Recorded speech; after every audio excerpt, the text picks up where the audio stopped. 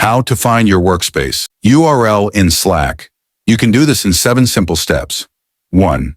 Open Slack and go to the workspace where you need to find the URL. Click on your profile picture in the top right corner. 2. Select Settings Administration, then click on Workspace Settings to open the management page in your browser. 3. Look at the URL bar in your browser.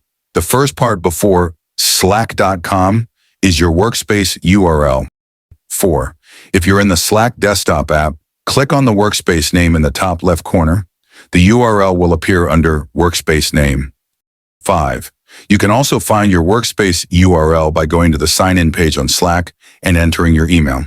Slack will list the workspaces associated with your email. 6. Copy and share the URL with team members if they need to join the workspace.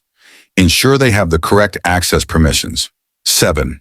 If the URL doesn't work or has changed, check with the workspace owner or admin for updated login details.